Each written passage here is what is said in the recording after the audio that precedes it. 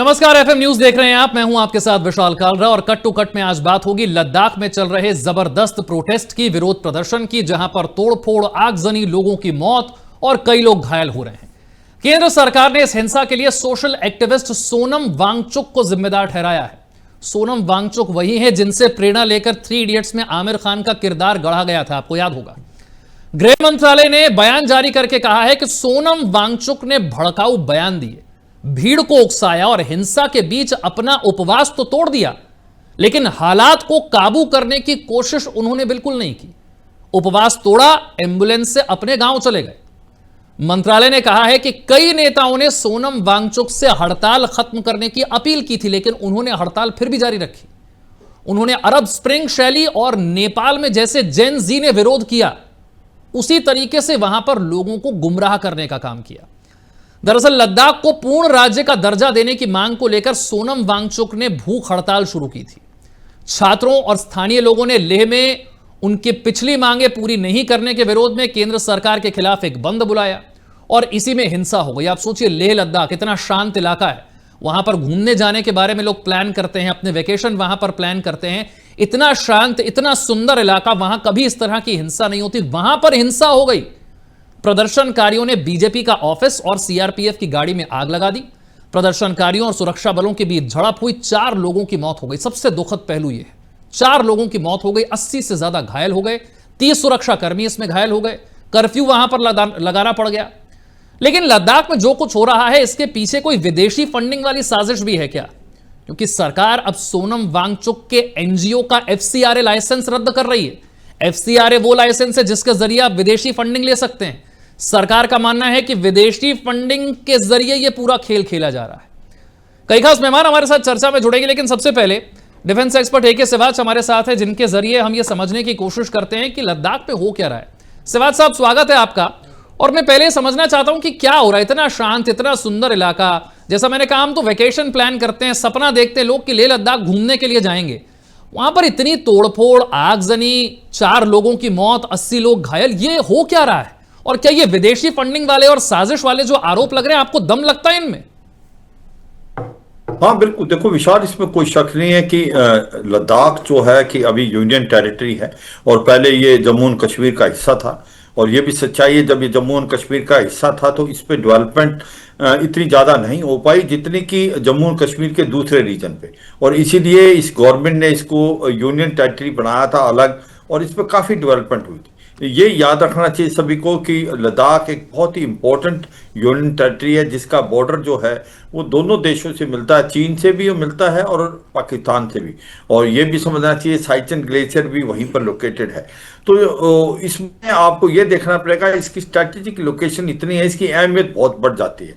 और ये अब जो स्टेटहुड की बात हो रही है और 6th शेड्यूल की बात हो रही है, ये मैं नहीं कहूँगा कि ये मांग नाजायज है, मगर ये समझना चाहिए इसके अंदर इतनी जल्दी इसको करना आसान नहीं है। इसमें कॉन्स्टिट्यूशन अमेंडमेंट करनी पड़ेगी, स्पेशली 6th शेड्यूल के लिए और बाकी स्टेटहुड को लाने के लिए। मगर जो इसके अंदर इन्वॉल्व हैं वो क्या बिल्कुल इंडिजिनस है या इससे फॉरेन फंडिंग आई है? मुझे लगता है कि ये इंडिजिनस कम है, ये बाहर से जो फंडिंग है उसका ज़्यादा कारण है। जिस प्रकार से लोग सड़कों पे आए हैं, एक प्रकार से जो यूथ है उसको भड़काया गया है।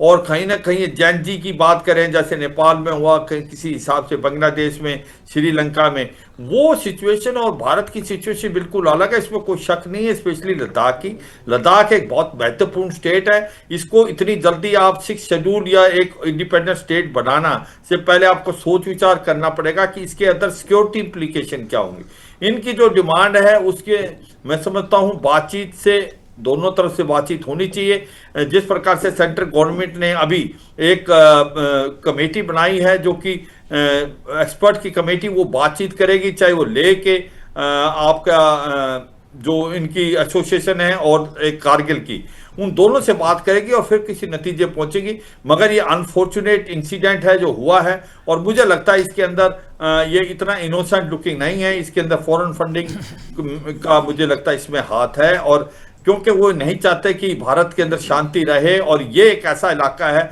जिससे दोनों तरफ से बॉर्डर मिलता है, स्ट्रेटेजिकली बहुत इंपॉर्टेंट पर है। सिवाज साहब, यहाँ पर इंफ्रास्ट्रक्चर, यहां पर एक सवाल ये उठ रहा है कि भाई देश में शांतिपूर्ण तरीके से कोई आंदोलन करे तो उसकी बात कोई सुनता ही नहीं है ना। 6 साल से ये लोग आंदोलन कर रहे हैं। ये तो पदयात्रा करके सोनम वांगचुक तो लेह से दिल्ली तक आए थे, उनको रोका गया था। 6 साल से कोई शांतिपूर्ण आंदोलन कर रहा है। आपने 2019 में 370 हटाते वक्त कहा था कि हालात ठीक हो जाएंगे, आपको पूर्ण राज्य का दर्जा दे देंगे। जम्मू कश्मीर को भी कहा था आपको पूर्ण राज्य का दर्जा दे देंगे। हालात ये हो गए कि जम्मू कश्मीर में चुनाव करवाने के लिए सुप्रीम कोर्ट जाना पड़ गया था। सुप्रीम कोर्ट ने ऑर्डर दिया, तब जम्मू कश्मीर में चुनाव हुए थे। तो सरकार की इच्छा तो वो भी नहीं करने की थी। अब कितने देर तक कोई इंतजार करेगा? 6 साल तक भी हालात में सुधार नहीं है। सरकार तो दावा कर रही है कि साहब हमने सब कुछ ठीक कर दिया, 370 हट गया, आतंकवाद खत्म हो गया, विदेशी फंडिंग रुक गई, कोई आतंकवाद नहीं, कोई सेंसिटिव ऐसी हालात नहीं। अब तो वैसे भी लेह लद्दाख तो शांतिपूर्ण था। तो यहां पर अगर कोई यह सवाल पूछे कि भारत में क्या शांतिपूर्ण आंदोलनों को अगर 6 साल तक कोई ना सुने, तो कभी अगर जनता का गुस्सा फूट पड़े तो क्या उसे विदेशी साजिश बताना, विदेशी फंडिंग बताना जरूरी है? कि अपने लोगों पर जरूरत से ज्यादा शक नहीं हो रहा है? हाँ बिल्कुल विशाल, ये आपका जो पॉइंट है इसके अंदर काफी दम है, मगर आप ये दोनों चीजों को देख रहे हैं, इतनी आसान नहीं है। ये सिक्योरिटी की कुछ ऐसी बातें होती हैं जो कि पब्लिक में नहीं बताई जाती। अगर आप देखें, जब जम्मू कश्मीर को स्टेटहुड छोड़ के 2 यूनियन टेरिटरी बनी थी, उस समय आतंकवाद बढ़ता जा रहा था। और स्पेशली अगर आप जम्मू कश्मीर की पहले हम बात करें कि वहां पर, मैं ये कह रहा हूं कि आज की तारीख में बहुत कंट्रोल हो गया है। वहां पर कोई 50 से 60 के करीब फॉरेन टेररिस्ट रह गए हैं, और ऐसा लगता है कि लश्कर तोबा जैसे मोहम्मद की कमर टूट गई है। मगर अभी भी ये कहना कि बिल्कुल सिचुएशन नॉर्मल है, इसको अभी स्टेटहुड दे दो, तो मुझे लगता है कि हमें धीरे चलना चाहिए। हाँ, मैं मानता हूं कि सुप्रीम कोर्ट की डायरेक्शन है कि इलेक्शन के बाद इसको स्टेटहुड दिया जाए। सेंट्रल गवर्नमेंट इसको बहुत सोच समझ के चल रही है। अभी भी ओवरग्राउंड वर्कर और स्लीपर सेल हैं, जैसे पहलगाम में ऑपरेशन हुआ, ऐसी घटना दोबारा भी हो सकती है। तो ये सोचना कि गवर्नमेंट शायद इसको दबाव जब तक नहीं डालेंगे तब तक नहीं देगी, मुझे लगता है ठीक नहीं। सिक्योरिटी की इंप्लीकेशन बहुत ज्यादा होती है, और मैंने दोनों जगह में, लद्दाख में और कश्मीर घाटी में कम से कम 20 से 22 साल नौकरी की, तो इसको समझना पड़ेगा। अब लद्दाख की बात जो आप कह रहे हैं, हाँ, सोनम वांगचुक, देखो जब इसको बनाया गया था, पहले इनकी डिमांड थी कि ये यूनियन टेरिटरी बननी चाहिए, और यूनियन टेरिटरी गवर्नमेंट ने बढ़ाई, और अब इनकी डिमांड स्टेट की है। मुझे लगता है इनकी डिमांड स्टेट की बिल्कुल ठीक है, क्योंकि हर चाहेगा कि उसको एक प्रकार उनके रिसोर्सेज को वो यूटिलाइज कर पाए, लैंड रिफॉर्म कर पाए, और एक प्रकार से वहां पर एम्प्लॉयमेंट हो उससे। क्योंकि अगर लोकल स्टेट गवर्नमेंट आती है तो वो जो इनका पब्लिक सेक्टर है वो भी चलेगा, और वहां पर जो सड़कें बनेंगी उसके अंदर भी गवर्नमेंट, जो स्टेट गवर्नमेंट है, उसका एक प्रकार से हक होगा। मगर आपको 2 बातें समझनी पड़ेगी। आज की तारीख में आपके दोनों बॉर्डर जो हैं एक प्रकार से सेटल नहीं है, चाहे वो चीन के साथ है लाइन ऑफ एक्चुअल कंट्रोल, या पाकिस्तान के साथ लाइन ऑफ कंट्रोल। हो क्या रहा है कि यहां पर बहुत ज्यादा इंफ्रास्ट्रक्चर डेवलप हो रहा है, सड़कें बननी है, वहां पर टनल बननी है, लॉजिस्टिक है, इनकी क्लियरेंस मिलनी मुश्किल हो जाएगी जब स्टेट होगी। अभी यूनियन टेरिटरी में आप, पर सिवाज साहब, जम्मू कश्मीर में भी तो एक चुनी हुई सरकार, एक चुना हुआ मुख्यमंत्री है, वहां पर भी तो काम हो ही रहा है। उनके पास एक विधानसभा भी है, वो विधायक भी चुनते हैं, मुख्यमंत्री भी चुनते हैं। तो लेह लद्दाख भी ऐसा कर लेगा तो उसमें क्या दिक्कत हो जाएगी? पूर्ण राज्य का दर्जा तो जम्मू कश्मीर के पास भी नहीं, लेकिन विधानसभा तो है कम से कम। हाँ बिल्कुल, आपका पॉइंट में बिल्कुल दम है कि स्टेटहुड इनकी डिमांड जो है वो बिल्कुल ये नहीं कि नाजायज है, वो बिल्कुल ठीक है, उनके एस्पिरेशंस हैं, बिल्कुल आने चाहिए। पर मैं ये कहता हूं कि हर चीज के लिए समय है, धीरे धीरे बातचीत हो रही है, क्योंकि आप इसको जल्दबाजी ना समझे। हाँ, यही कहोगे कि साहब 6 साल पहले आपने बात की थी, सोनम वांगचुक एक वहां से पदयात्रा करके भी आए। मैं फिर भी ये कहूंगा कि जो सिक्योरिटी इंप्लीकेशन आज लद्दाख की हैं, ये बहुत महत्वपूर्ण है। स्टेट आएगा तो सेंट्रल गवर्नमेंट की जो कंट्रोल है वो उसमें कमी आएगी। आप देखेंगे आपको जो जमीन मिलना, आपको जो एक प्रकार जहां पर अगर आपकी यूनिटें आती हैं उनकी डिप्लॉयमेंट करना, इंफ्रास्ट्रक्चर बनना, उसके अंदर क्लियरेंस मिलने में शायद तक देरी हो सकती है। दूसरा, अभी सेंटर का कंट्रोल है, क्योंकि ये एक सेंसिटिव स्टेट है, इसको आप समझना चाहिए, ये बहुत इंपॉर्टेंट है। मगर मैं ये कतई नहीं कह रहा कि इसको स्टेटहुड नहीं मिलना चाहिए, मिलना चाहिए, बातचीत होनी चाहिए। और एक चीज मैं और बताना चाहूंगा विशाल, कि सबको डेमोग्राफी, ये भी डर है उनको कि धीरे धीरे डेमोग्राफी चेंज हो रही है वहां पर। हाँ ये तो है, अगर आप कारगिल और लेह का देखो, 2 ऑटोनमस रीजन थे, वहां पर मैं चीफ ऑफ स्टाफ रह चुका हूं, जम्मू एंड कश्मीर, लेह लद्दाख, पूरे 14 कोर का।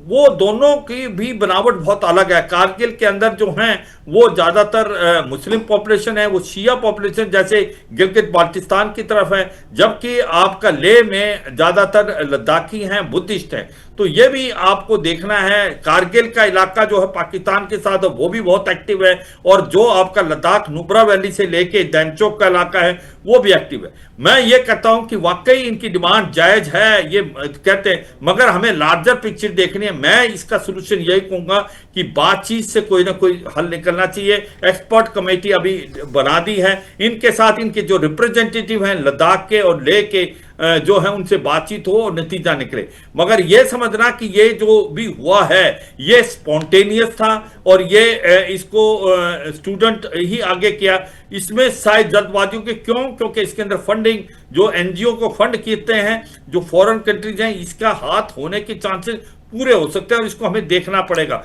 क्योंकि ये पहली बार नहीं हो रहा, भारत में कई जगह ऐसा हुआ है जहां पर जो बाहर से फंडिंग होती है आपको डिस्टर्ब करना, क्योंकि भारत की जो इकोनॉमिक डेवलपमेंट है वो बहुत देरों से हो रही है। 4th largest economy, 3rd largest economy बनने की कगार पे जा रहे हैं। तो यहां पर डिस्टर्बेंस कराना एक बहुत बड़ी लुक्रेटिव टारगेट हो जाता है कुछ फॉरेन एजेंसीज का। नहीं, पर इसका मतलब तो फिर विदेशी फंडिंग करने वाले कामयाब हो गए। बीजेपी से कैप्टन आई सिंह भी हमारे साथ हैं। सर आप हमारे साथ रहिए, इस डिबेट में आगे